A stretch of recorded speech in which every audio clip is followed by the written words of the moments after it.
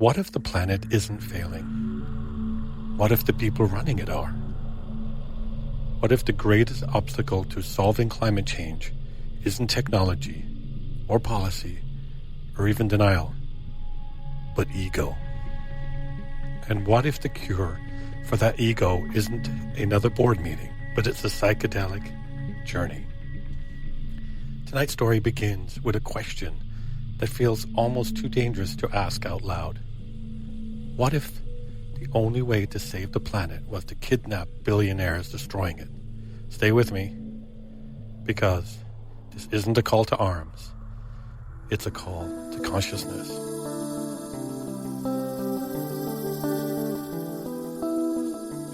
This is Doyle. Welcome to Spirit Talk Show, Bedtime Stories for Grown-ups, a storytelling podcast about connection, curiosity, and the moments that shape us. I'm Doyle. Tonight, we're joined by Diana Colleen, an award-winning speculative fiction author whose debut novel, They Could Have Been Saviors, tackles climate change, wealth inequality, and the radical idea that billionaireism might not be success, but sickness. Diana doesn't just write about transformation, she lived it. After undergoing psychedelic-assisted therapy that she says saved her life, she became a trained psychedelic facilitator, and now brings that lens, healing, ego confrontation, responsibility into fiction that dares to ask whether the people with the most power might also need the deepest healing. In this conversation, we'll explore, is billionaireism a social illness? Can psychedelic therapy disrupt entrenched systems of power? How do we hold both rage and hope in the face of climate collapse? And what role does speculative fiction play in shaping the future? This isn't just about a book. It's about reimagining power, healing, and what saving the planet might actually require. Hello, Diana. Hello, how are you? Hi, hello. I have to tell you, and I'm sure you've heard 100 times before, you know what your last name means in Gaelic, right? Colleen? No, I don't. Oh my gosh, I can't believe I'm the one who gets to tell you. Wow, your last name. Oh, are you going to make up something really interesting? Yes, here, I'm going to say, yeah, it's the body part. No, I'm joking. I'm just like, Colleen is the Gaelic word literally for girl. Buchel is boy and Colleen is girl. It's not spelt the way you're spelling it. You spell it the kind of phonetic, like American way. And it's spelled Cailini, fada in Gaelic, right? Oh, and father is like an accent grave in French, right? So I can't believe I'm the first person that's told you that. Don't you? You live in Seattle, my right? husband is Irish, and he should know that. Wait, he's an Irishman named Colleen? Are you sure he's Irish? No. Colleen is actually my middle name. Oh, okay. Okay. Yeah. Oh, so you go by the pseudonym. Yeah. And this is, by the way, I have Russ here with me, a co-host, and I don't have Howie tonight. I typically have Howie with me. I don't know if you listened to any of the episodes, but I usually have, like Howie. You're going to have to do Howie's part tonight and read some stories, right? Okay. Wow. I'll try and impersonate his voice. So I'm sure you realize I've been recording from the second we got on here, right? I like to record and get that first little introduction and getting to know each other. And your sound is great.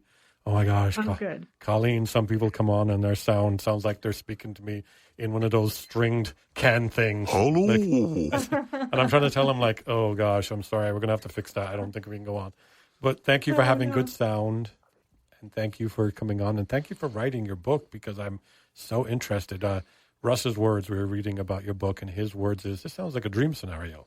Wait, this is... Yeah, everyone's like, can we make this nonfiction?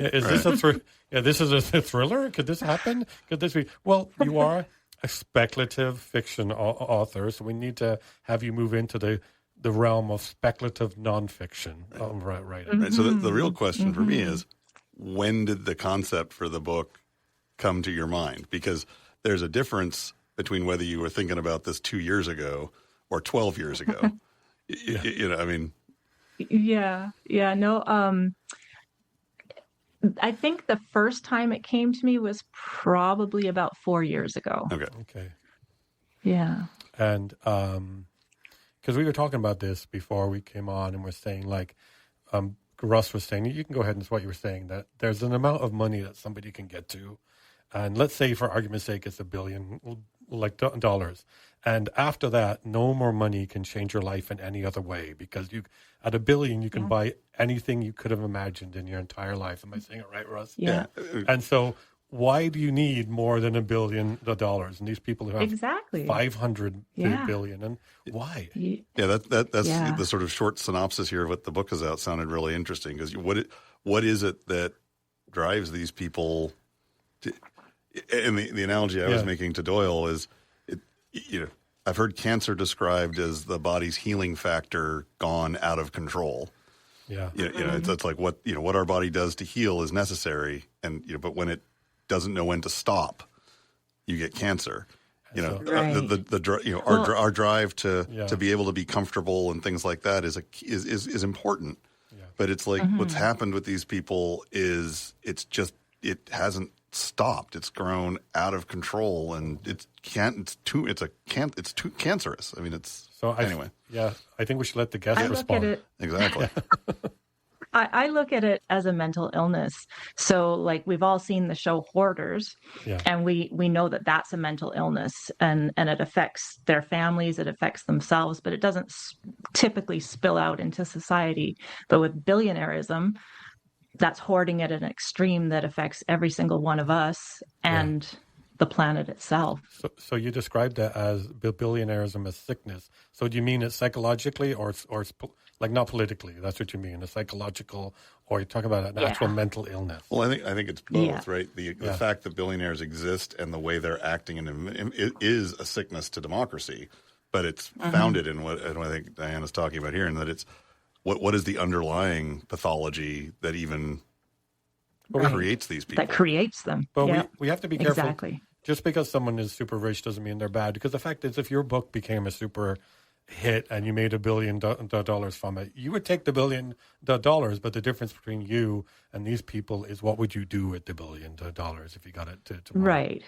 And I think about the billionaires that people think are good, like Oprah and Taylor Swift. Those are the ones that typically come to mind. And they do some really wonderful things with their money. But they still have more than $1 billion. And like you were saying, why does anyone need that much money? And I just don't think it's morally right to have more than that. Like, get rid of it. Spend that money, like help people with it. I think $1 billion is a pretty, generous cutoff. I think it's very generous. It's $1,000 million. I have a friend who used to live in Guatemala, and she said the street kids and the beach kids could be fed, clothed, and educated for $1,500 a year. And so that's where my $1 billion would go.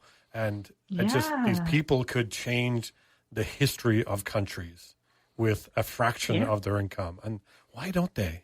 Why don't they? Yeah, that's exactly how I feel. And I don't think that people really understand what $1 billion is. So I like to tell people, in time, 1 million is like, if 1 million were time, it's in seconds, it's 11 days. So 1 million seconds is 11 days. Yeah. Do you have any idea how much 1 billion seconds is? Well, I'm a math teacher, so I do know. But I know that people don't know, because since you're a math teacher, convert it to years. And he's a computer teacher too. I know it's don't just go 11. Don't go 11,000 days. I think it's give in it to 31 to 30 years, right? Isn't it right there? Yeah. It's 30. Yeah. So it's 11 days is $1 million, and 30 years is $1 billion, right? Wow. Yeah. It's insane. Like that. I don't think our brains can really comprehend how much money that is. And we have people who have 600 billion. So he could lose $1 a day, and that would take 180 years. Right? And it's 86,400 seconds to the day. Yeah. So $1 billion for 31 years, you could spend $86,000 a day. A day. Wow. Before you exhausted it. I mean, and that's if it didn't grow, and that's if it wasn't growing at all. That's if it was just in a big pile.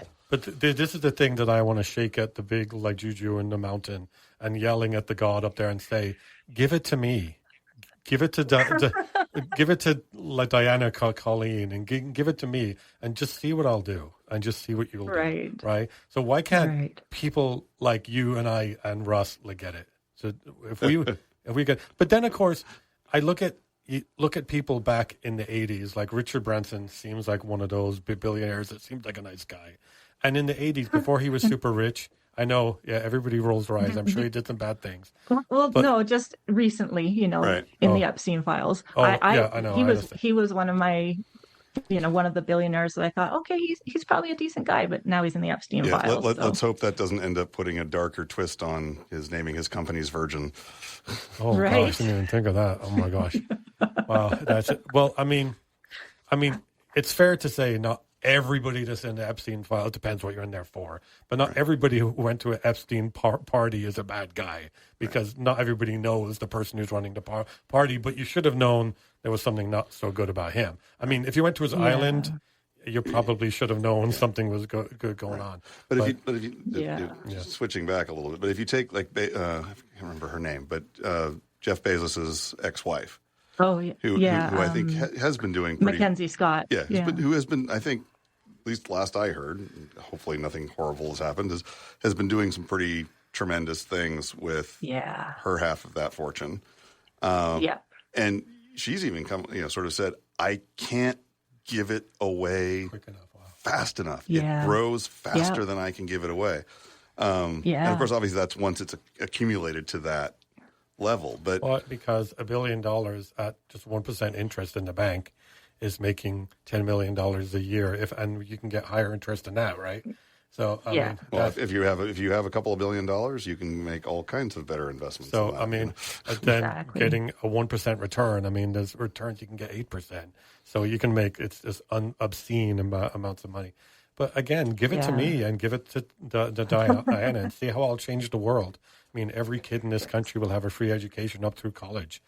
Give me 600 billion. Every kid no kid in the richest country in the world will go hungry tonight. I mean, give it to me.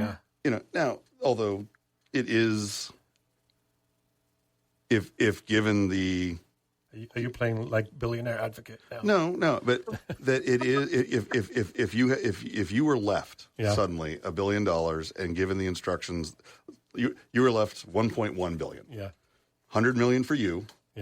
On the condition that the other billion that you distribute in ways that would create the most positive leverage possible that wasn't directly benefiting you. That isn't a give me 10 minutes and I'll write the list down. I know. I mean, that is a, okay, this is how, what, there's so many possibilities to do. It is, and I think that's Mackenzie Scott's issue, is just finding, because you do have to, you can't just say every cause that comes to me and says I'd like money doesn't necessarily mean that that's going to be it's a full-time job giving your money away. So vetting and qualifying and knowing and being able to, but just having it sit in a giant pile like you're some sort of. Well, I don't want to be the person. Dragon, I don't want to be the person like talking a lot when it gets done. But it feels like sometimes I feel like if I feed a 100 hungry kids and 2 of them are cheating this system, I'd prefer to feed 98 and have 2 cheats than have feed none because 2 might cheat, right? So let's talk about your book. I'm sorry, I don't want to make sure that the person who came out to talk about a book gets to talk about a book. First 45 minutes is us, Doyle. It's 45. We've already talked for 45 minutes. So your book is, I also really am interested in the psychedelic facilitator, because I've been looking into that, and unfortunately they're hard to get down here. There is a place in Oakland that you can get them, but I presume you're talking about shrooms, right? Other types of things like that. Like that, yeah, mushrooms, MDMA, for the most part. Okay, well, let's talk about your book. This book you wrote. Let's tell us about the book you wrote and how that came about. So I am not one of the people who have thought that I was going to write a book my whole life. It never occurred to me to write a book, and in in 2018, I went through a suicidal period, and that's how I became introduced to psychedelic-assisted therapy. It actually saved my life. And going through that, I learned other tools to help me stay alive, like meditation. So I have a daily meditation practice. And this entire concept for this book came to me in meditation. And I was like, what is this? And I kind of ignored it. And it just kept coming back in meditation time after time. I feel like it was the universe kind of saying, hey, we've whatever the universe, God, whatever you want to call it, it was asking me to write this book. And I couldn't really ignore it. And at that time, I was in a job that I really disliked. I was very unhappy. And my partner, who's now my husband, said, you're so unhappy and you've got this idea for a book. I can support you. Why don't you quit your job and write this book? And that was terrifying to me. I've never been dependent on somebody other than, my parents. I'm a very independent person. And so quitting a job that was, paying my bills and relying on somebody else was really scary. But there was something that told me that was the right thing to do. So I quit my job and I started writing. I was at my desk at home, 8 to 10 hours a day for 3 years, writing a book. Wow. And learning how to write. I didn't know anything about writing or the publishing industry, nothing. So, I spent a lot of time going to writing classes and just learning how to write a book. So from a process perspective, did you longhand it? Did you type it? Did you dictate it and then edit? How did you take your thoughts and actually get them onto the page virtually? So how are you, so to speak? Yeah. So, when I first started writing, I had a lot of the ideas already in my head.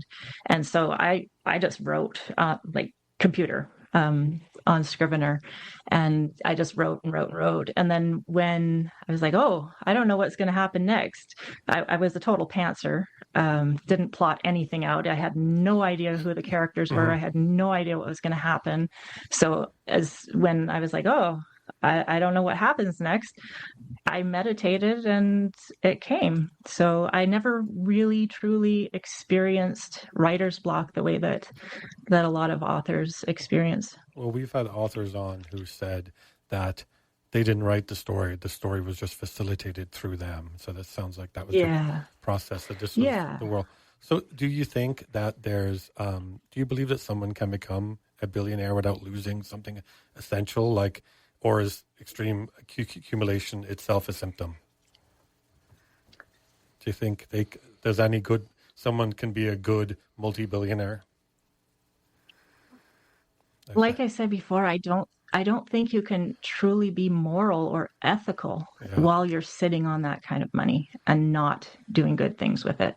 Because I think it would depend on the time frame that it happened in, right? I mean, if someone over the course of 20 years slowly clawed that pile of cash together, that's different than if children, something happened and it windfalled. I mean, and then it's how do you react to that windfall? Yeah, but I know that I know iPhones are still being made by children in certain countries, and that the person who's one of the CEOs of that company is in the top 5 billionaires in the world. So that's hard to describe that as moral. No argument. I mean, no argument. Yeah. So okay, I don't want to. I love talking to you. You make me feel so comfortable, like we're just old friends and talking. And I don't want to get into the habit of talking too much because I want to hear about the psychedelic facilitating. Not till at least the 30-minute mark. The 30-minute mark. At least first half on the book. We're on 17. We're 17 minutes now. We haven't done any of the. So tell us about So you wrote this book, and I'm looking at your reviews. By the way, we got to talk about these reviews. This is a well-plotted, expertly written story. Blue Ink Review, notable word. And someone says, unputdownable. I love that. Colloquialization of words. Independent Book Review. A unique and compelling exploration of a topical issue. Fans of the Black Mirror. I love that series. Margaret Atwood and Charlie Pal, is it Nook, will probably devour it. So you got notice, girl. Yeah. Yeah. You got notice, Colleen. Speak Irish. 4 or awards. Gaelic. So, yeah. You got notice, Colleen. Yeah, that's what I meant. Yeah. Wow. 4 awards. Sorry. Yeah. Yeah. So it is getting recognition, but it hasn't really translated into sales yet. So when did it come out? Last month. So January 13th. Okay. Oh, well, you got that. And it's available right now. And it's available right now. Can you buy it in Amazon? I know it's in Feathered Pages website and also Haunted Borrowed Books, because that's the links on your website. Yeah. But one can get it in Amazon and stuff. I mean, I'm going to say this as an aside because I'm a tech guy. So when I'm on your website and click on the links to Haunted Borrowed Books and Feathered Pages, it doesn't go directly to your book. It just goes to that website. Is that what it's supposed to do? It is. Because I'm anti-billionaire, I don't really want to promote Amazon, even though Amazon is where authors make money. Yeah. So independent bookstores struggle as much as independent authors do. Yeah. And so when an independent bookstore agrees to put an independent author's book in their bookstore, it's kind of a big deal. And so I want to promote those bookstores over and above Amazon, because I feel like it's a reciprocal, thing. Oh, there goes my Amazon notification. Right. So I think what did we just hear an Amazon notification in the middle of that speech? Is that what I just heard, Colleen? Yeah. Okay. All right, good. Well, but I think maybe what we can do after this is follow up with you and say, because you were sort of looking at it before and it wasn't obvious how to actually buy the book through their website. Yeah, I clicked on the link for Feathered Pages and I go to a page that I don't know where to find your book after I click on the link, right? So I'd have to go searching for the book, I guess. Or am I? So those are where it's physically in stock. Oh, so you can So that would be like somebody actually going to that bookstore to pick up the book. I should make that more clear on the website. So if we if we wanted here in Sacramento to get a copy, how would we go about doing so? So how do people all over the world, with the 45,000 people that be listening to this show last month, how do they get a copy online? Amazon, Barnes & Noble, Apple Books. It's on Kobo Plus. So if you subscribe to Kobo, it's free to read on Kobo Plus. It's available at all the big names, but you can go into an indie bookstore anywhere and they can order it for you. Okay. From a web designer point of view, that wasn't clear to me when I read your thing. So maybe we're fixing your website now too, aren't you? Yeah. Aren't you glad you did this? So we're going to go on to another topic you personally are very into is climate change. And I heard the expression climate grief. Is that something that was from? Is climate grief? Have you heard that expression before? People who feel like sad because climate change is just this huge thing that I'm powerless to do anything about. At least they feel this hopelessness, climate grief. So, is that? I understand that. Is that something you feel? I don't personally feel that because I like to say that hope is the consequence of action. So I have hope because I'm doing something about it. Yeah. But I understand that especially like younger generations have that climate grief. Like they're like, why do I bother going to school? Why do I bother trying if we're not going to have a planet to live on? Like they feel like they have no future. And that makes me really sad. And with this book, I want to really focus on, like, I believe that we all have personal responsibility when it comes to the climate crisis. So, eating less meat, there's things that we can do personally that do have an impact, but even if 7 billion of us made those choices to do things differently, it really wouldn't have the same impact as the 3,200 billionaires in the world changing their behavior. So why are we focusing all of our efforts trying to change 7 or 8 billion people's behavior when we just need to change 3,200 people's behavior? Right. Well, and I think I saw it in one of the, I don't know if it was in the on the book Fly or what, but you were talking about consequences, and I think there's an element of how the sort of just lack of consequences that falls on world on folks past a certain point. I lived in that world a little bit. I lived in Hollywood for a while. I lived with people. I worked for people who were insanely rich. And they live in a world that there's nobody around them that says, hey, John, I don't think you should do that thing that way because that's really creepy and awful. Because everybody around them worked for them. It's kind of like the Michael Jacksonism. Everybody in like Neverland worked for him. So nobody could say, right, hey, man, kid sleeping in your bedroom is a bit odd. Let's not go ahead and do that. Didn't have the slave standing behind them on the chariot like the Roman emperor saying, thou art mortal. Yeah, so I think there's people that, I think there's nobody in their lives to say, like, is there anybody in their life to say, hey, Colleen, hey, Diana, that's an awful thing you're thinking about doing, and lots of people are going to get hurt. Let's not do that. Because there's nobody in their life to do that. So do you think? And I think they're disassociated from reality. They live in a completely different reality than we do, and that's part of the book and psychedelics is, psychedelics have a way of connecting people. So it connects you to yourself, it connects you to humanity, and it connects you to nature, and that's what the book is really about.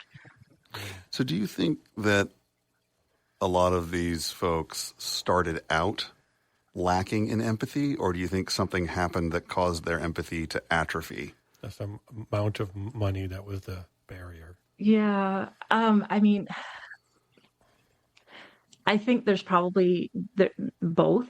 I think we can see that there are certain billionaires who are clearly narcissists, and I think narcissism is a there's the nature nurture debate. My major was sociology, so I'm all about nurture. But I also do know that psychology has a big part too. So you are born a certain way. You have certain things that sort of at a set point when you're born. But I do believe that you can learn how to change that set point. Yeah, I remember reading a study, I'd have to go try and see if I could find it, that was looking at people who had donated a kidney to a stranger. And what they ended up finding is that the same part of the brain in those people is hyperactive as is almost completely inactive in people who have various forms of psychopathy. So that in many ways, psychopathy and empathy are kind of the same thing, just on different ends of that spectrum. And I think there's a theory I think it comes from, I looked it up because I can remember from Nietzsche or Plato, the idea that people are going to, you're talking about were the billionaires like evil to start with. I think many people find your true form when you have the freedom. You have no barriers anymore. Many people, you find your true form. If it's a beast or if it's angelic, right? When there's no barriers anymore stopping, if Doyle or Russ or Colleen has no one telling you, are you going to find that form of the empathetic person or the person who a lot of these people become? Right. Well, and this also isn't something brand new. I mean, right, there were people in the Victorian era who would, pay urchins to stand at the window while they ate their grand holiday, feast, and because the food tasted better if there were hungry children looking at you while you ate it. This has been around a while. That's awful. Thank you for that thought. But I think it has gotten. I don't know if the amount not that late anymore. If the pure aggregation has gotten worse, or what the people who I think billionaires can influence so much more deeply now. The negative impact to the world that someone who has $100 billion can do, I think, is more now than it was 100 years ago. Absolutely. So Colleen, so you're writing about these things. It's about collapse. How do you do it without collapsing yourself? Like, how do you stay up? Like I said, the whole writing process and having this book out there gives me hope. I just work so hard every day to bring this message to people, to everybody, you know, like that's what gets me up in the morning is I got to get this message out there. So why did you choose fiction and not write a manifesto or nonfiction? All these days I would have gotten her in some trouble. Next Heal the World book, right? Well, I think fiction can sort of allow people to look at things from a different lens. So if you read a nonfiction book or listen to a lecture and it's just sort of data, right, like thrown at you, you might absorb it and go, oh yeah, that makes sense, but then it kind of goes away after you've finished reading it or after you've finished listening to the lecture. But stories have a way of really sticking with you. So that's my goal, is when somebody finishes this book, I hope that they're still thinking about it weeks and years later. Well, I think it also stimulates, at least maybe you can say whether this applies outside the U.S., but I don't think a lot of people, we've enshrined wealth so much and the pursuit of it in sort of the American ethos. I don't think a lot of people don't even question is there a reason not to keep getting more at some point in time? And I think just having people pause and say, after a certain point, why do you need But I don't more? get it. I don't get it. When I was researching this episode, Colleen, I was looking at saying, like, the oil companies, they could make $9 billion like next year rather than $15 billion and give every employee an amazing life. And why is $9 billion not enough for these people? Why is not? Because $9 billion is unimaginable every year. But it's all about power. You know, once you have whatever enough means to whoever, you know, wealth, it then becomes about the power behind the wealth. I don't know if you watch John Oliver, but he just put out a thing about Twitter, and he still calls it Twitter, and I love that about him. And how Elon Musk just manipulated so many things with Twitter, and it's just, that's the power that wealth has. Like, people talk about that guy about buying Twitter and looking at how much money was lost on that and going, oh, what a terrible decision, what a dumb thing that was. And it's like, no, that was not about a financial decision. That was a information control decision. Yeah, that was a rule the world kind of decision. So let's talk about, I want to talk about something, and I don't want to make ethical tension, that get it kind of uncomfortable. But so if you force somebody to transform, is that ethical? That's a really good question. That's something that I want people to discuss. But I sort of think of it as like an intervention. So when somebody is an alcoholic, we hear about interventions a lot. And there are a lot of addicts who are very, like, they don't necessarily want to go to rehab and get help and fix their lives, but a lot of them are forced into it. And they're very grateful when they come out. But the hardest part about one of the hardest parts about writing the book was with psychedelic therapy, we talk about set and setting. So the set is your mindset. So going into the day with the psychedelics, you have to have the right mindset so that you don't have a bad trip. And so a lot of the book is actually getting the billionaires to agree to do the therapy. Wow. Fortunately, I've had a bad trip because I went in with the bad mindset when I took a lot of shrooms one time, and it was a bad place. So it's terrifying. I'm interested in microdosing, but I went deep that day, and it was bad, and it definitely does some trauma around that. But I know we're 3 minutes past the 30-minute mark, so it's okay to go. But I want to ask one more question about the book, if we can. Well, we should. Ask a couple. Let's ask: is your book about punishment or is it about redemption? It's redemption for sure. Absolutely redemption. Yeah, it's not punishment. Right. It's help. It's like, I believe. So before I wrote the book, I was solidly in the camp of billionaires are evil.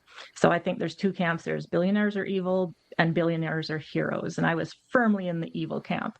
Yeah. And when I started writing the book, I'm like, I'm not writing these people as evil. And I'm writing them as human beings. And that was like, wow, okay, yeah, they're just human beings like us. They've had trauma like everyone else, and I want to help them. So what would real accountability look like for the ultra wealthy? Like, what would it look like? If they listen to the show tomorrow, what should they do? Like what? Yeah. Well, take responsibility for the damage that they're doing, and take responsibility for the power that they have over humanity, and do good instead of doing bad things, instead of destroying the planet, instead of dividing us, unite us and fix the planet. So if you were sitting across the table now, if I was a billionaire and we met, like, what questions would you ask me? I would ask, what do you want your legacy to be? Mm-hmm. How do you want to be remembered? If you have the choice between being remembered as somebody who did everything you could to, solve climate change or solve poverty or solve war, or would you rather be the guy who builds the biggest corporation in the world and destroys the planet? And if they answer, once I'm gone, there is nothing after meat. Meat is meat. I don't care. I just, I want. Yeah. I mean, it is this sort of odd thing, and again, a lot of it ties back to consequences in terms of if these people didn't have a society and a rule of law that they existed within, many of them would not be able to walk down the street or exist for a day without somebody eliminating them if they were in a world that was not protecting them. I mean, because you act like that in a situation where you don't have massive coercive power. You suffer rapid and immediate consequences. Yeah. But they're able to insulate from that. Right. So, I guess also lifespan, right? If the way we're doing the climate, if people lived 1,000 years, presumably they'd be a little more worried about it because they'd be here for the problem, but something that is, going to, But then people like us, and I want to hear Diana's opinion, but people like us know we want to plant a tree. We'll never sit under the shade, right? So, and that's what you're doing right now. You're planting the tree, and can we do it? It's that saying, like, I can't explain to you why you should care about other people. Like, if you don't care about other people, I don't know how to tell you that you should. Yeah. Well, right? and bring that recognition that so much of what is making your life like something that you actually want to live is because so many people before you cared about people that they would never know. Yeah, so many people. Exactly. So do you see this as a spiritual crisis, a psychological crisis, or an economic one? All three. Yeah. All of it, yeah. Yeah. I knew this was going to be a heavy talk when I researched it because it's heavy topics, and I definitely want to talk about your book, and people should buy the book and make you the next billionaire, and then you can show people what an ethical billionaire looks like, right? Wow. So, wow. But I love verklempt. The world might be a better place, though, if there were some avenging angels out there that would, potentially, that these people would know might, not even would, but that there was the chance that if they didn't act in a somewhat decent fashion might come and visit, you know? Yeah. Yeah. Yeah. Wow. I'm sorry, Little Foot Clam. This is a cool topic. I definitely want to hear about, more about you. Let's talk about the book. The book is, I believe. Enough about the book. Let's just talk about mushrooms. Yeah, but well, I want to talk about mushrooms too, and I want Colleen. I keep calling you Colleen. I want Diana to be the one talking the most because she's the guest. But if let's see. So basically, you realize her name basically does mean goddess girl, from what you said. Diana, goddess girl. You are literally, your last name is literally girl. Yes. And Diana was Diana, one of the great Roman goddesses. So yeah, I heard. And Diana is very popular. The princess too. That's a very popular name. So I think the goddess came before the princess, though. Really, I think so. Well, I know being from Europe, your sense of history isn't the same as what we have here in the United States. Diana? I didn't know that. Okay. Yeah, a couple. Yeah. Oh, a couple? In what? Yeah. In what culture? It's the Roman name for Artemis. Yeah. Wow, we're getting into weeds for a lot of these topics. I want to hear from our wonderful guests. Getting into basic mythology, into the basic weeds. Well, I mean, we're talking. This beautiful author has wrote this important work that we want people to know about, and she came on, and I definitely want to talk more about that. You're descended from the Trojans, right? You're Irish. Well, I'm descended from the Vikings. My last Doyle is Duvgal in Gaelic, which means dark stranger or bad stranger. So that's where my name comes from. Probably Vikings, but sorry. Is that too soon to talk about the Vikings invading Ireland? A thousand years. Is it naive to think ego can dissolve? Is it like these people who can we dissolve the ego of the wealthy and powerful? Is it realistic? Is it naive to think that we can dissolve it at the scale that we need to? Or in one sense, yes. To actually be able to make them do it. That's kind of naive.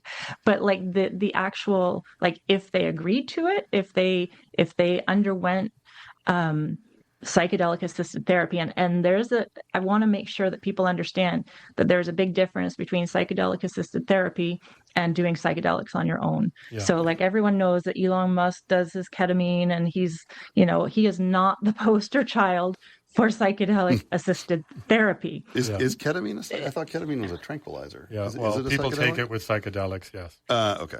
Yeah. I am the most drug-ignorant person you'll definitely probably somebody ever on this into, call hasn't done that. Yes, okay. Whose name rhymes with royal.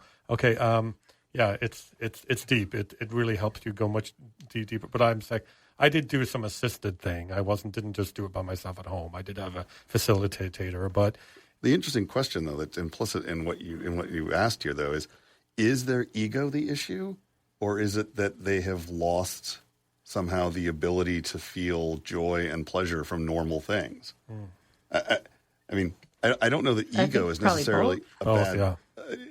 Ego in excess is probably, but a certain amount of ego, I think, is healthy. Even perhaps an excessive amount of ego is healthy as long as it's accompanied by empathy and the ability to feel joy from other people's joy. Mm-hmm.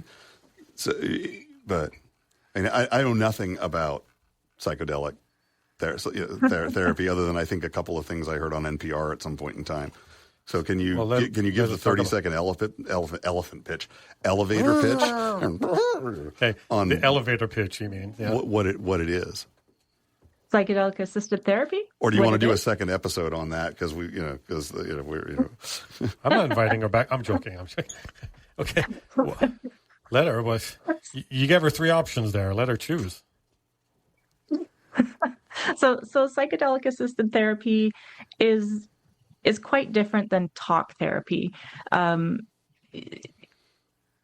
With certain traumas, talk therapy can re-traumatize you. So PTSD, if you're just talking about the things that happen to you over and over, you're feeling the trauma again every time you talk about it. And that's why PTSD is quite resistant to talk therapy. With psychedelic-assisted therapy, for the most part, you meet the therapist and you have a couple of sessions like talk therapy just to get to know each other, and so the therapist knows what you're dealing with. And then you have a full day with the substance. The therapist will hopefully tailor the substance to what you're dealing with. And so during that day, you're really not interacting with the therapist that much.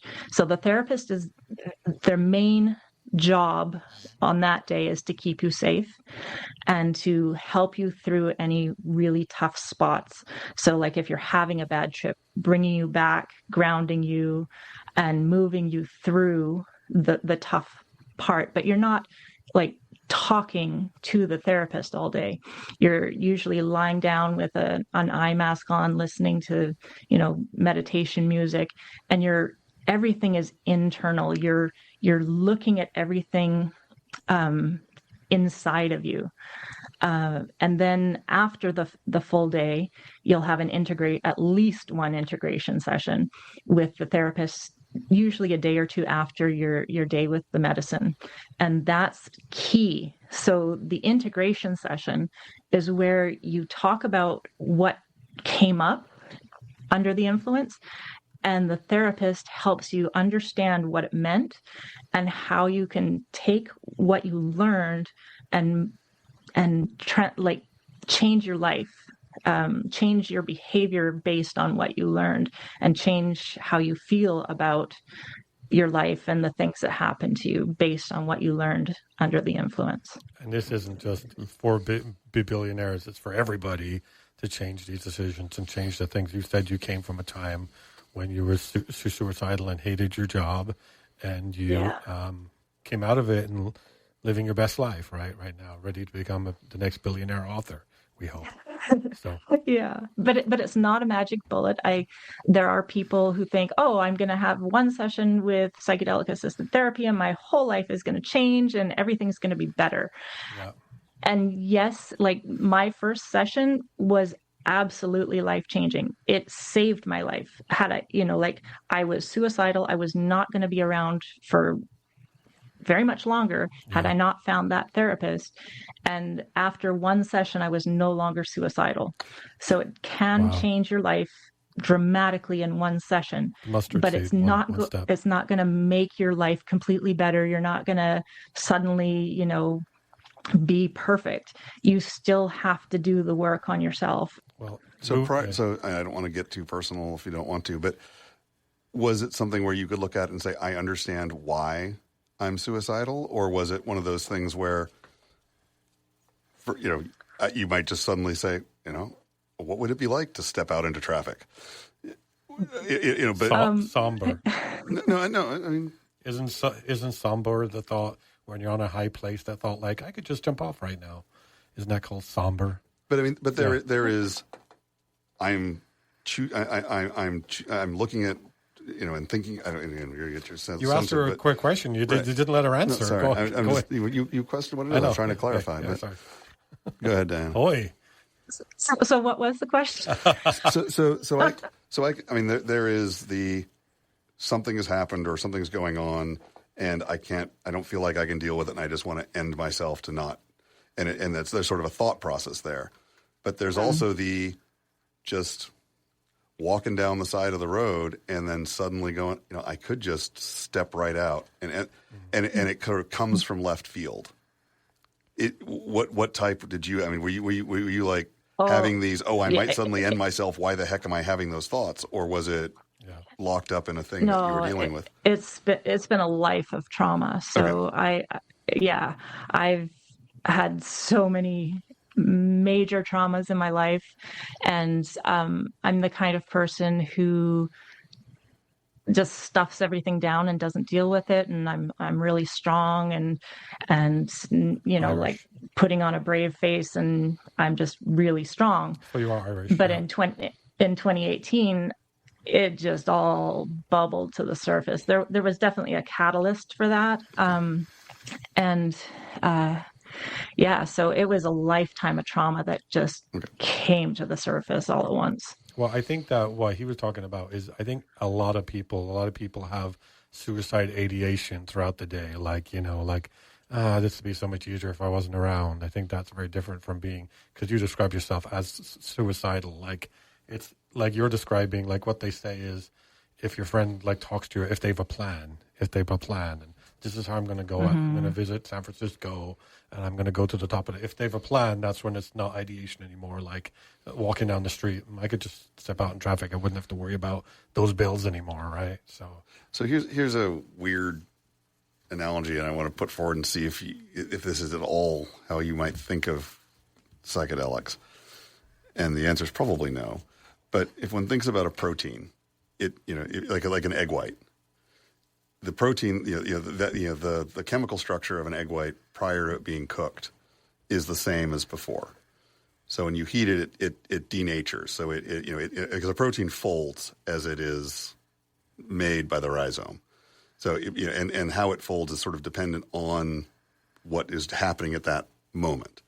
So when you cook it, you denature it. Essentially gets straight, and then refolds.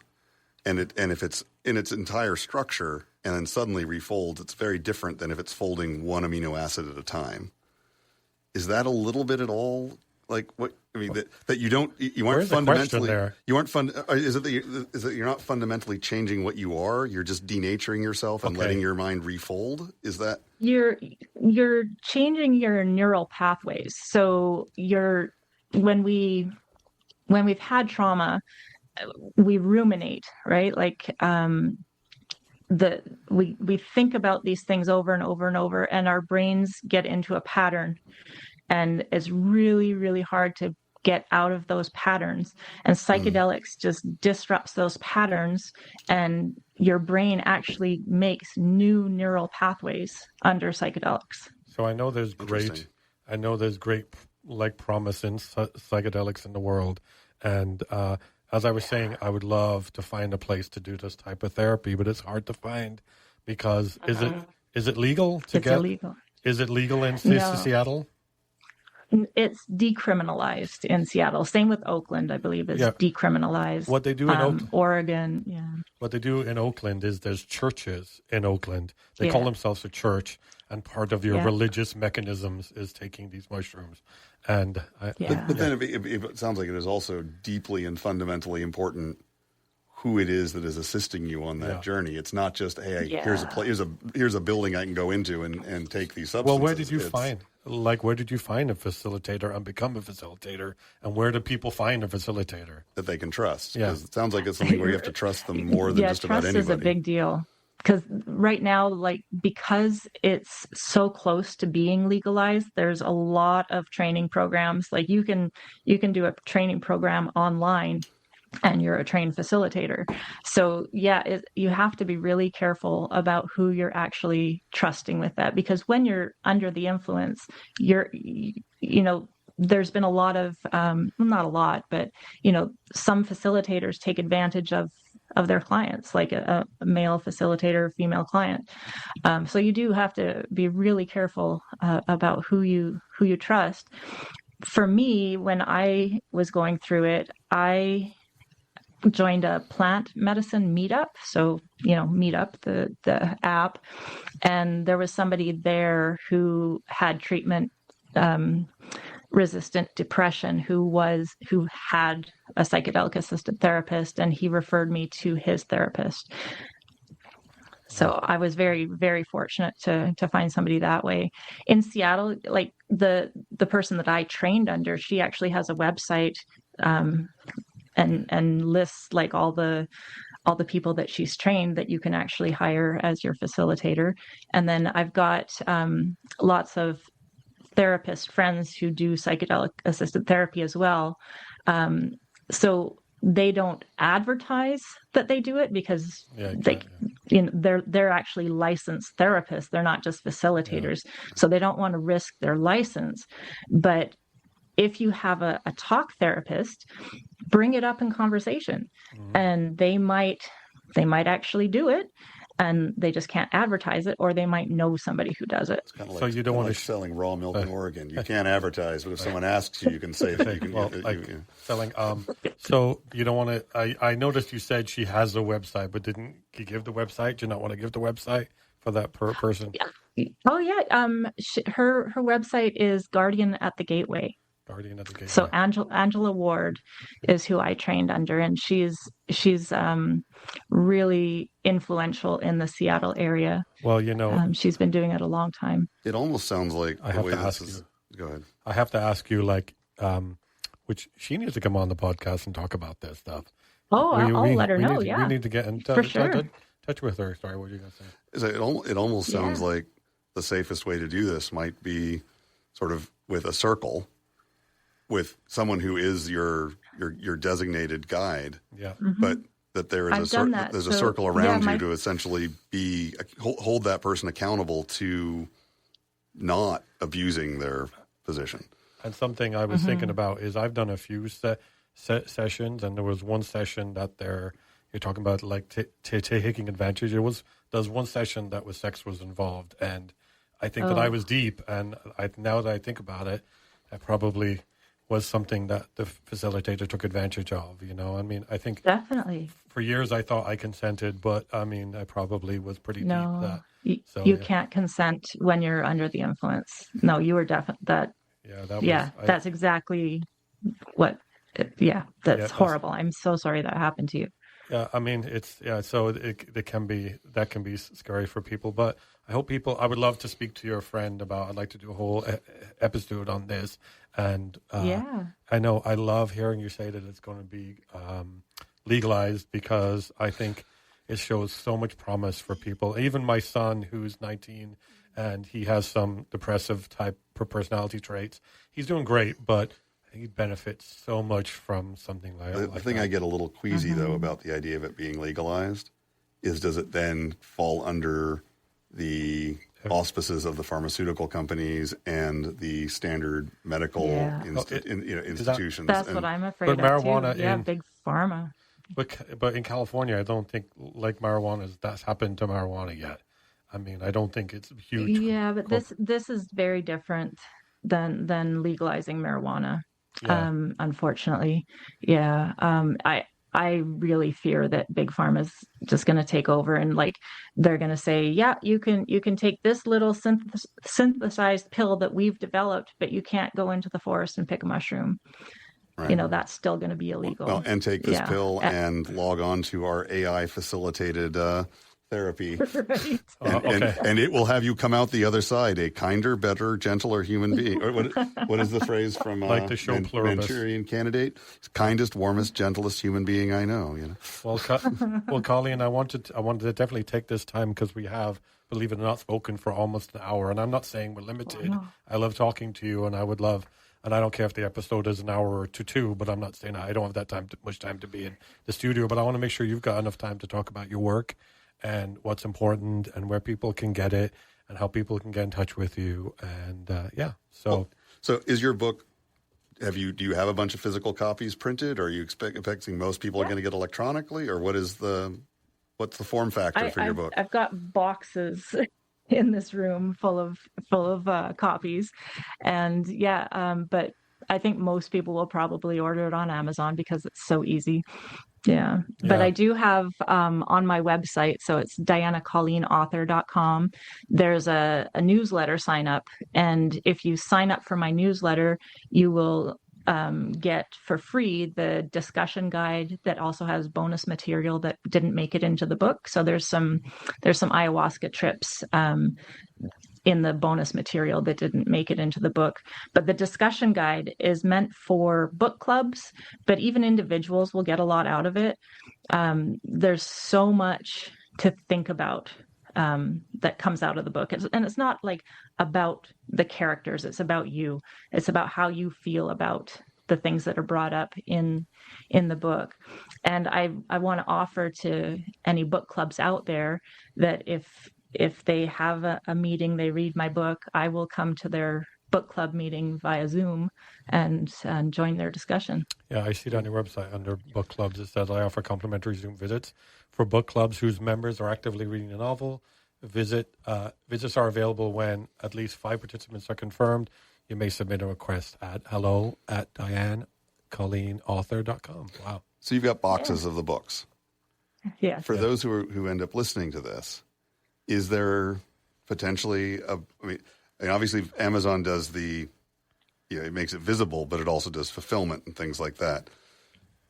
If people were to come directly to you or to one of these other 2 bookstores, is that just way too big a pain to try and ship books? Or is there a better way than Amazon for our audience potentially to come? Are you asking her if she's shipping books? Is that what you're asking? Well, no, she obviously has a bunch there. Okay. If let's say that 5,000 people who listen to this wanted to get the book. I think Russ wants a book. Is there a way to not have it go through Amazon so they don't get their pound of flesh? I know. I mean, I think what he's saying is on your website, right? There's a way for you to put something on there that you sell the book. A lot of authors that come on the show, they have a direct sales on their own book. And I think that wouldn't be hard for you to do because you could fulfill it. It's a pain. I mean, hand shipping stuff is 5,000 books, but we wanted to sell 5 million copies, not 5,000 copies. So how much pound of flesh does Amazon take, or these bookstores? Do they take 50%? Do they? So unfortunately, I make the most money when it's sold on Amazon. Really? And that kills me. So if you buy it from Barnes & Noble, I make less than a quarter of what I make on Amazon. And if you were doing it, if you were shipping it yourself, what you would pay in shipping would probably I'd make a lot more. So, but okay. I'd have to the set shipping wouldn't kill up you on my website. So this brings up this thing where I've always thought about, is there something to say for you to ride the shoulders of the devil for a while to get your sales really high, so then you can do the good that you need to do, right? So there's something for you to say, ride those shoulders for a while, right?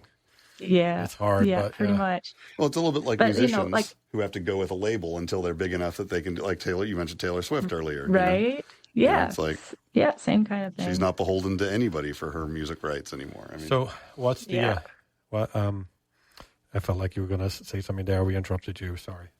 No. Okay. No. So a message to people that are listening, and people think this too, and the people think, it's just obscene that people have $600 billion.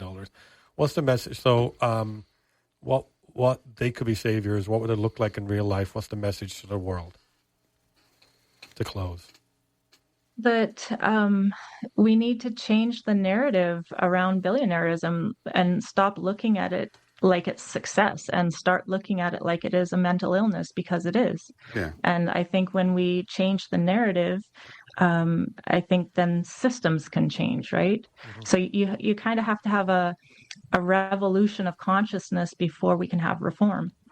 Yeah. If instead of so many people idolizing folks who have this kind of wealth, if the vast majority of people are like, it's like, if being a billionaire was like having immensely bad body odor, Well, I think we need I think there's a few steps we need to take before we get there. We need a revolution of education, we need a revolution of empathy, and then we need to have a revelation of valuing intelligence, and then we need to, and that moves us into the revelation of realizing we need to change systems. And the systems are something we can change, because there are countries in the world which seem to be very good. They figured out some systems that make them a wonderful place to live. Right? And associating wealth to virtue is not it wasn't an accident that is become so endemic in society. I mean, that's been a conscious effort for a long time. So last question I'm going to ask you. Of course, we can keep talking if you got time. It doesn't have to be the last question, but what illusion do you think our culture is most addicted to right now? Oh, that's an interesting question. What illusion are we addicted to? The illusion that we're separate. When I meditate, I reach bliss when I meditate on connection. I listen to the same music for most of my meditations, and when I am listening to the music and thinking about the artist who created that music, and I'm so grateful to that artist, and I think about that person doesn't know that I'm listening to their music, but I'm connected to that person. And then I think about all the people that helped that person create the music, and I'm connected to all of those people. And it just goes out and out and out. If you think about anything in your life, like a piece of clothing, how many people, how many people am I wearing right now? I am connected to so many. We're all connected.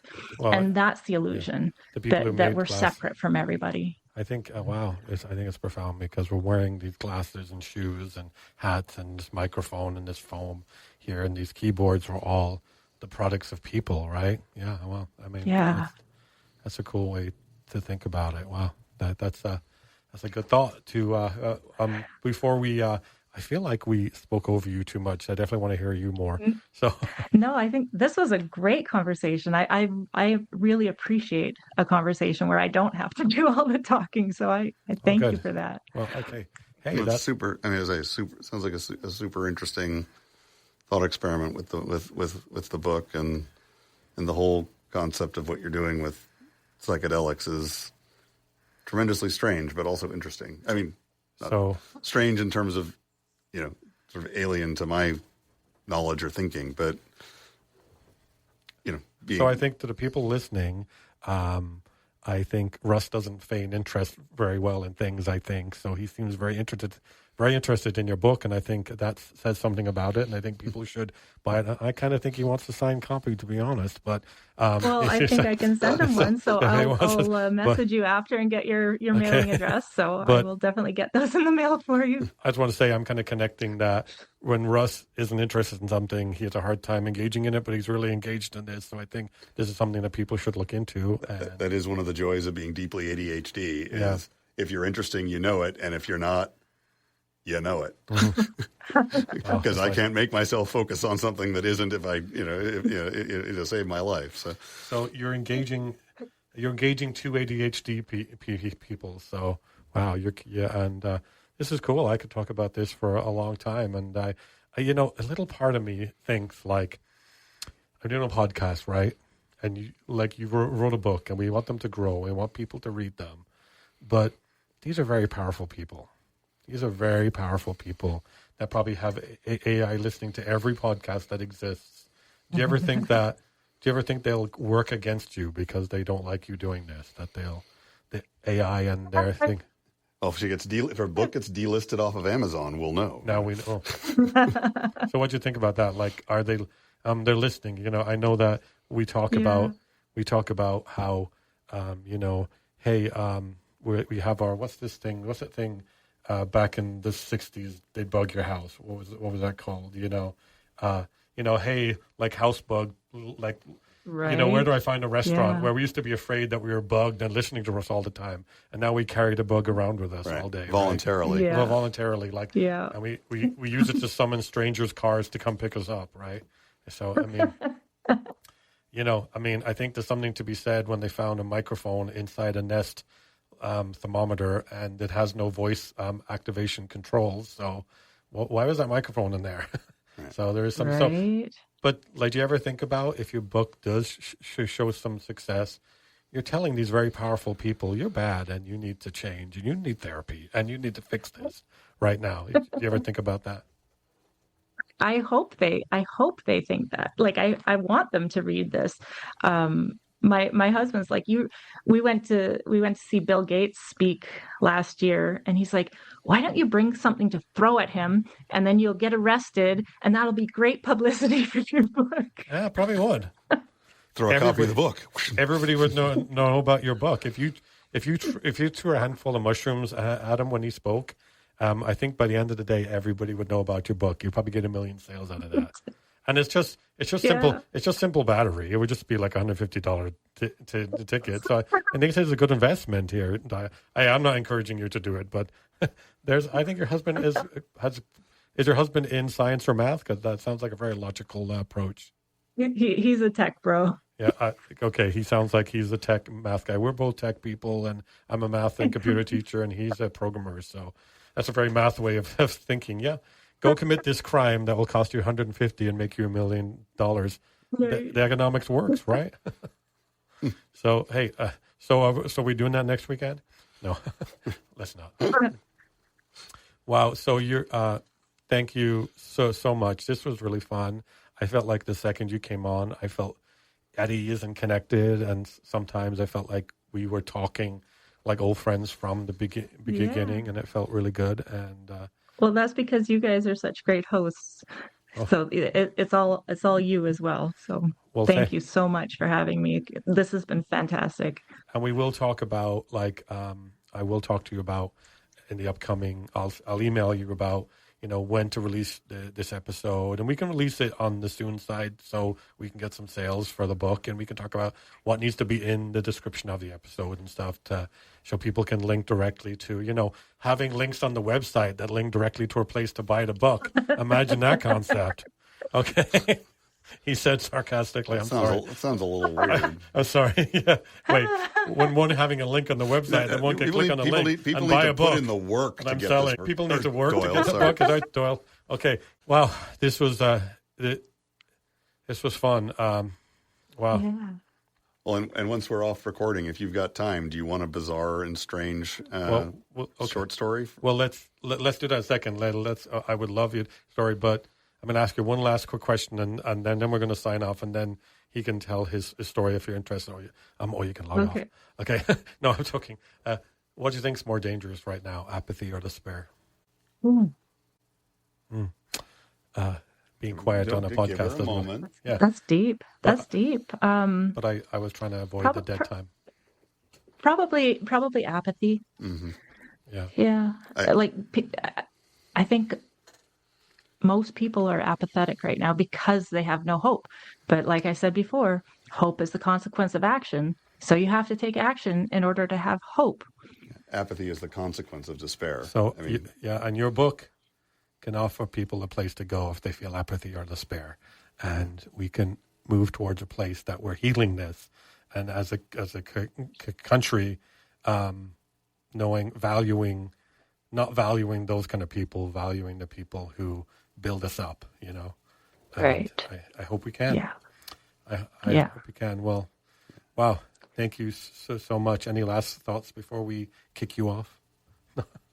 Just gratitude. Okay. For you. So thank you so much. Thank you so much. Well, thank you so much for coming on. Go to, I'm going to say this right.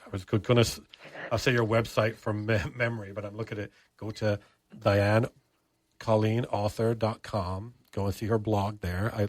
By the way, your blog articles are chef's kiss. Go have her come to your book club and buy her book with the link she's going to put on tomorrow. Direct link to buy her book. Okay. Did you make the website? Okay. I maintain it. Yeah. Okay.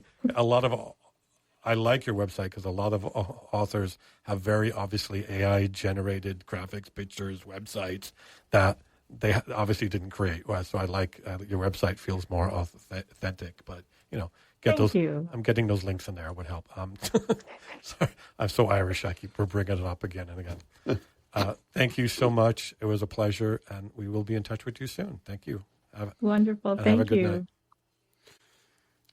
Okay, so I'm going to press stop record there, but we will talk about. I'm going to press pause. Have it on tape. Sure. But it's very nice of Diana to bear with us. Russ is going to read a story by his grandparents. Right. So this is reading this to you live. You will probably be the third. There are probably two living people who have ever heard this or read it at the moment. And I had one today called TikTok. It was pretty awesome. So I'll read you the titles and pick. I show her the nicely bound book too, the professionally bound book your grandmother did. Wow! I was going to say you should get it published in the 30s, and it's all hand typed in here. Oh, did you? I lost you guys. Did you lose it? You're back now. Sorry, you're back. This is hand typed. So it's pages that were hand typed and then bound. Like I said, I'm pretty sure this is the only copy. Wow. Wow. So, I think you should publish it too. Well, I just need to get it transcribed. So I'll give you the titles and tell me which one that you think sounds interesting.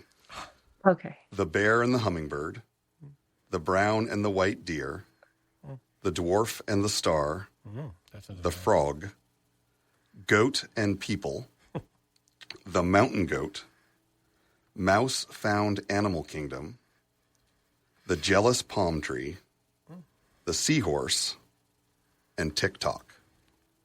Wow.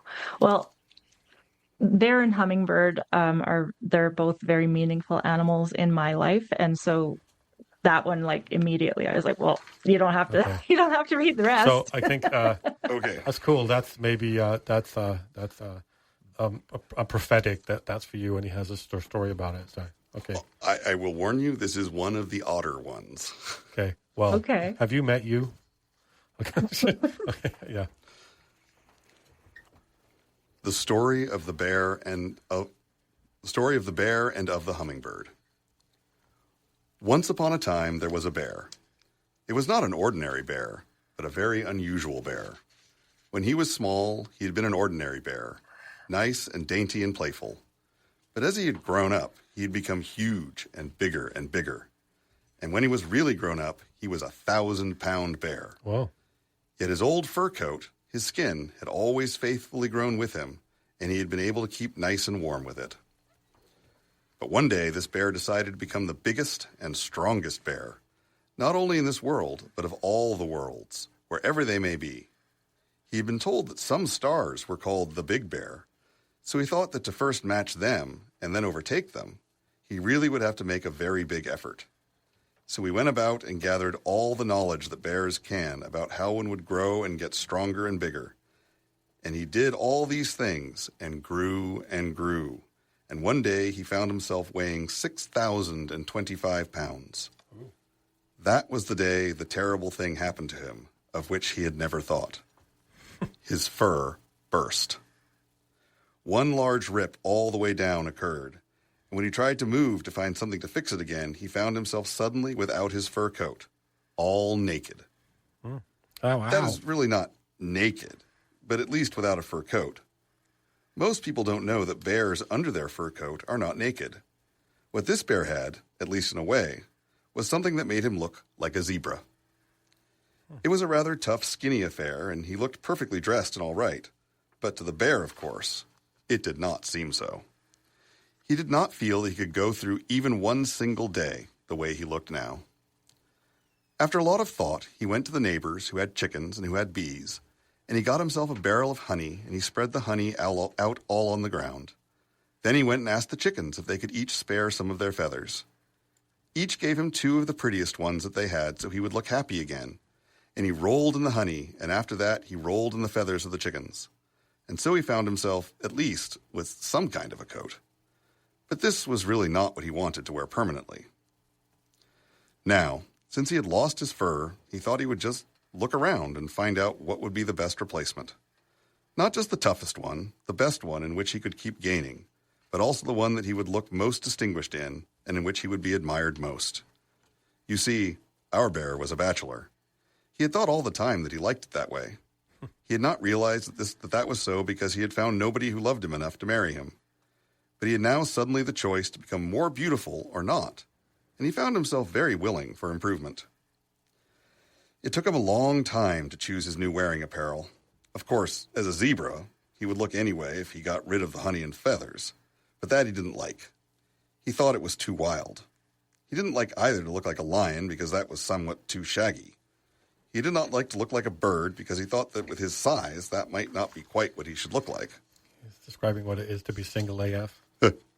He did not want to look like an elephant because he found that it was very difficult to keep clean with all the folds that their skin had. And neither did he want to look like a rhinoceros because he did not like their looks at all. But then he liked the leather of crocodiles, and he was thinking about getting himself something similar when somebody told him that would look cold, and besides, that it was impossible for him to grow on that kind of an outside covering. So he discarded that idea also, and already wanted to give up and go back to having his old fur skin enlarged and fixed. Suddenly, he saw a hummingbird. A little hummingbird as beautiful as you can find one anywhere. His idea that he did not want to look like a bird disappeared. He found himself dreaming of looking like a hummingbird. Of course, he had not given up his determination to become the biggest bear. So his problem was, how could he arrange, in spite of it, to have a hummingbird fur? He thought and thought, but he could not find a solution. So finally, he went to the wise owl, and he asked the owl for help. And the wise owl said that certainly she would be able to find a way, but it would take time to think, and also he would have to surrender his old furred coat to her. Because only sitting on that fur coat and thinking, she would be able to get the best idea. The bear did not like that idea. But then he did not so much want to look like a hummingbird. But then he did so much want to look like a hummingbird. So he went home, and he took the old bear skin and gave it to the owl. The owl was very pleased, because she was getting old and she was getting cold, and sitting on the dampness of the leaves sometimes disturbed her greatly. And now she sat on that comfortable fur and did her thinking, and it really helped her greatly. When the bear came a week later, as she had requested him to do, she was all ready with the solution. She said to first talk a hummingbird into trying to match his size, to tell the hummingbird how she could do it, and how by eating honey every day and by the hour, by the minute, and faithfully exercising her muscles, she certainly in a while would grow and may eventually reach the proper size. Of course, otherwise, the owl said, you would have to have a wife who would be skillful enough to match 25,000 skins of normal-sized little hummingbirds and sew them all together and make them fit you. And I don't think you have that. Poor birds. No, said the bear. I haven't even got any wife, and if I had a wife, how would I know if she could do that? Single AF. I do not think I can trust that.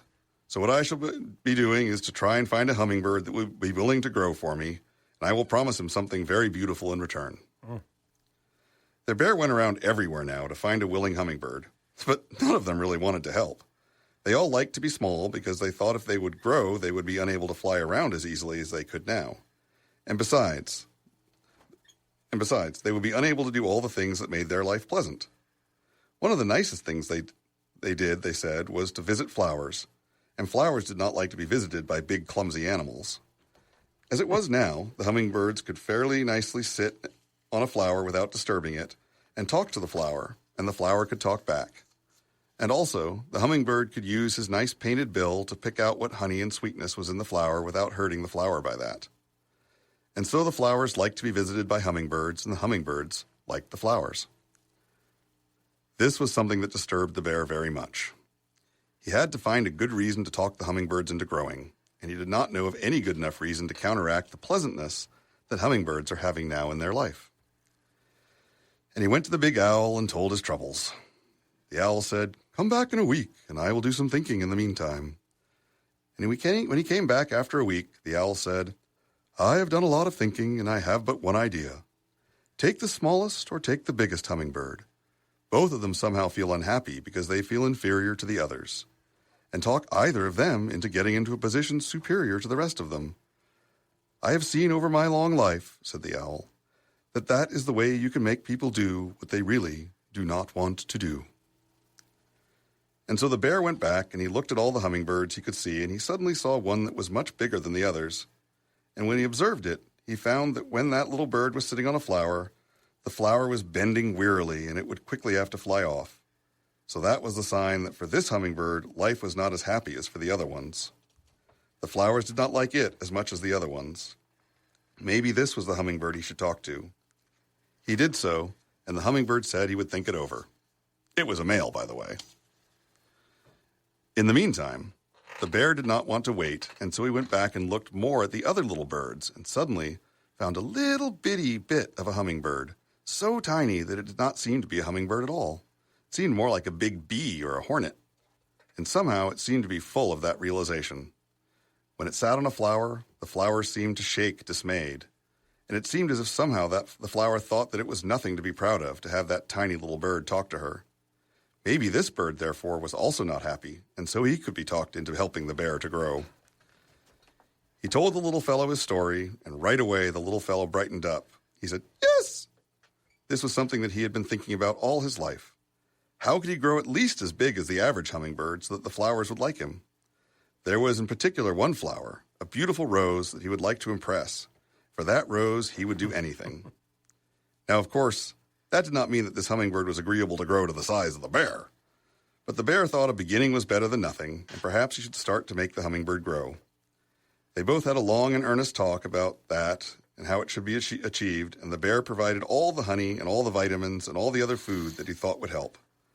After 2 weeks, the hummingbird began to grow, and every day the hummingbird doubled its size. When the hummingbird had been eating the new diet for a few more days, he was just big enough to be pleased and wanted to stop. But unfortunately, he had not realized that things would get so quick and had signed an agreement with the bear that he would faithfully continue to stay on that diet for 56 days. If not, he would have to take every feather off of his feather coat and would have to be naked and ugly. Nothing was left to the hummingbird but to continue on that diet and hope that he would stop growing. But not so. After the 56 days were over, he was not only as big as the bear, but bigger yet, and he was a tremendous danger to everybody in the neighborhood. Nobody had ever seen a bird that big and a bird that violent, because of course, this poor little bird had not meant to become such a huge thing. What should he do with that size? All he wanted was to impress one pretty little rose, and now, him being so big, that little rose wanted nothing to do with him. So he became vicious and thought that he would use his strength and his size, and he would terrify the neighborhood, and would terrify all the animals, all the people, the bear that had talked him into it, and also all the hummingbirds who had laughed at him when he was so tiny.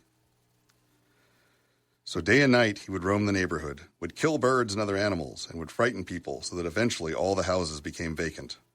The farms were left without any crops growing because no one wanted to prepare the fields for fear of that huge, unnatural-looking bird. The story's taken a turn.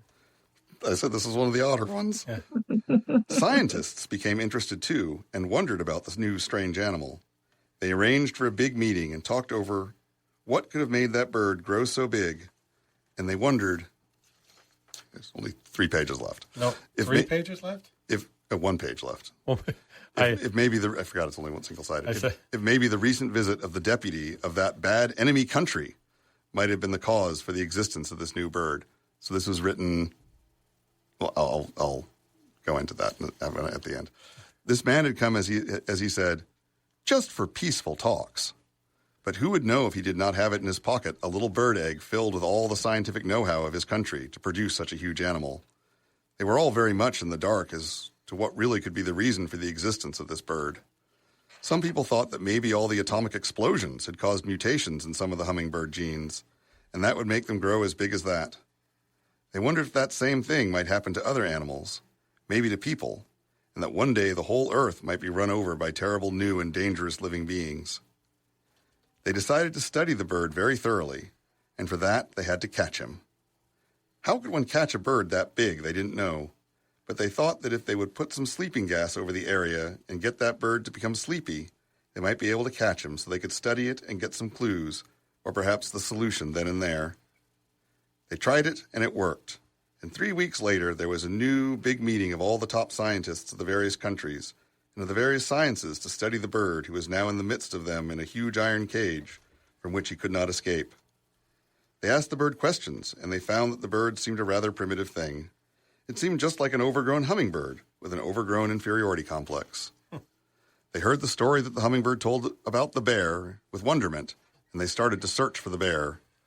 When they found him, they got the two together and found out that behind all these amazing happenings, nothing really was the matter, but that the skin of a big bear had burst, and that had caused all the confusion and all the anxiety.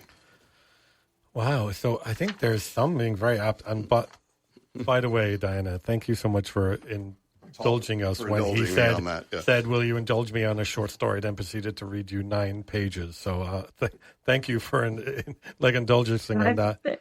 It was brilliant. It was brilliant. There's so many themes in there, and some of them are like billionaires. I was going to say the hummingbird is like a billionaire. So the context of my grandparents is my father was a German Jew.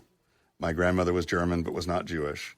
And they were in Italy on business when Hitler came to power and did not return to Germany and made their way, because you couldn't immigrate directly to the United States at the time because, we forget how anti-Semitic things were at the time. So, I know they were in London for a little while and then in Canada, and they came into the United States in 1937. And they were interred for a while. Sorry. Well, yeah. There's a whole thing about my grandfather spent several years in an internment camp in in North Dakota as a German immigrant right after he was arrested the day after Pearl Harbor. But so the context of the great, the enemy country and things like that.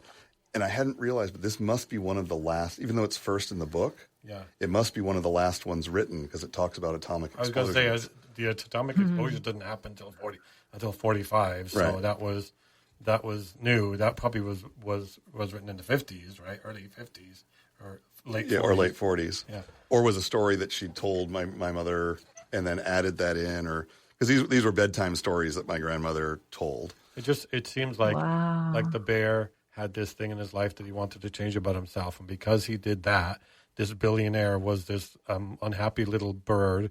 Then he became this overblowing billionaire that terrorized the landscape, right? And but would have been happy if he'd just been able to stop after those first few when days. Enough. After the first billion for flowers, he would have been happy if he stopped at a billion, right? He could have hung out with his beautiful rose. I mean, and he probably thought he was doing it to be with his rose, and then probably the rose couldn't be with him when he became the overblown billionaire. I mean, hummingbird. Hummingbird. So, anyway.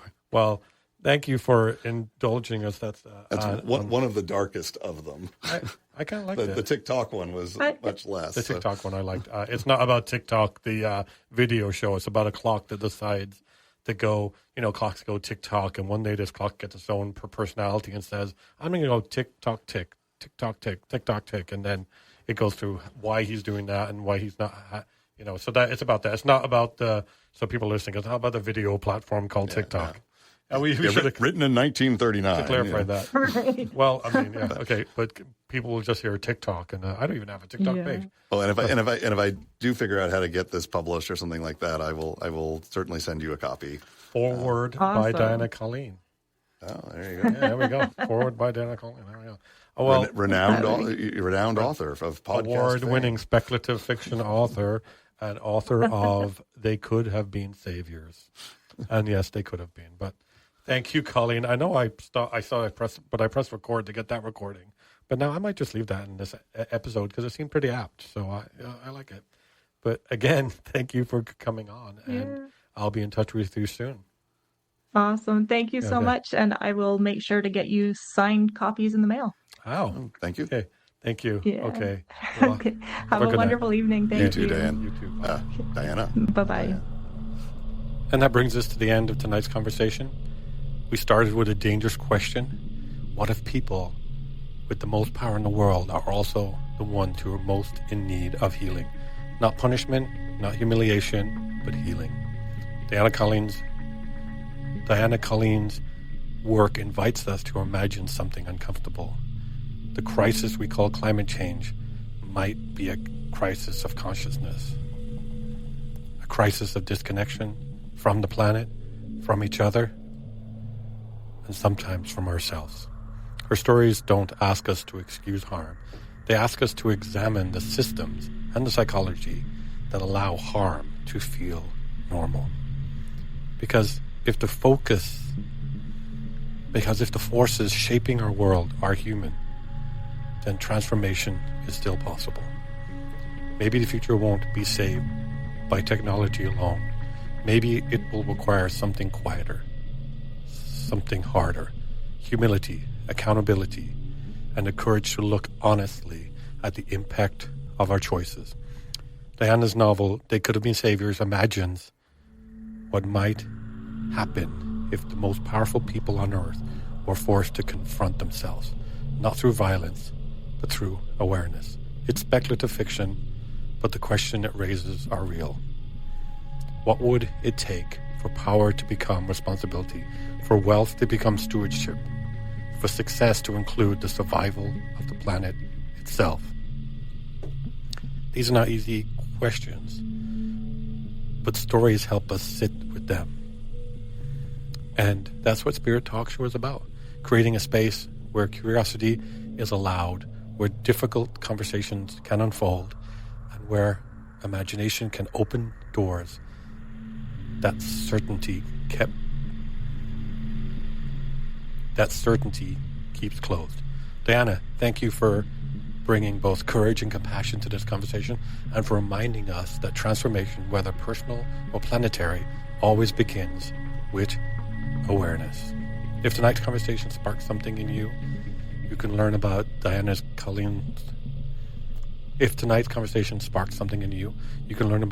Colleen's and her work at dianacolleenauthor.com. And if you enjoyed the episode of Spirit Talk Show, Bedtime Stories for Grown-Ups, consider following the show on your favorite podcast platform and sharing it with someone who loves stories that make us think deeper. And because sometimes the most powerful change doesn't begin in governments or boardrooms, sometimes it begins in a story. And sometimes that story changes the way we see the world. I'm Doyle. Thank you for listening. And wherever you are tonight, sleep well, stay curious, and keep your spirits open. Now go make a story worth telling.